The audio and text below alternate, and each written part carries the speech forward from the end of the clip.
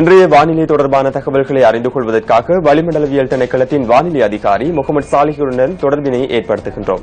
வணக்கம். வணக்கம் கிருஷாந்த். இன்றைய வானிலையை பொறுத்தவரையில் மத்திய சப்ரகமுக மேல் வடமேல் மாகாணங்களிலும் காலி மாத்திரை மாவட்டங்களிலும் சிறிதளவு மழை பெய்யக்கூடியதாக இருக்கும். தென்மேல் பருவப்பெயர்ச்சி காற்றானது வலுவடைந்த நிலையில் நாட்டிலும் நாட்டை சூழ உள்ள கடற்பிராந்தியங்களிலும் காணப்படுகின்றது. கடற்பிராந்தியங்களை பொறுத்தவரையில் புத்தளம் தொடக்கம் கொழும்பு காலி ஊடாக ஹம்பாந்தோட்டை வரையான கரையோரத்துக்கு அப்பால் உள்ள கடற்பிரதேசங்களில் சிறிதளவு மழை பெய்யக்கூடும். பிற்பகல் அல்லது மாலை வேளைகளில் ஏனைய கடற்பிராந்தியங்களில் நாட்டை சூழ உள்ள ஏனைய கடற்பிராந்தியங்களில் சில இடங்களில் இடியுடன் கூடிய மழை பெய்யக்கூடும்.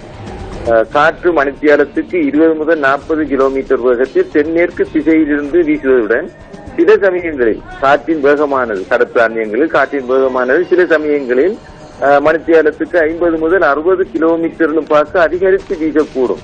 இவ்வாறான சந்தர்ப்பங்களில் கடற்பிரதேசங்கள் இடைக்கிடையே கொந்தளிப்பாகவும் காணப்படும்.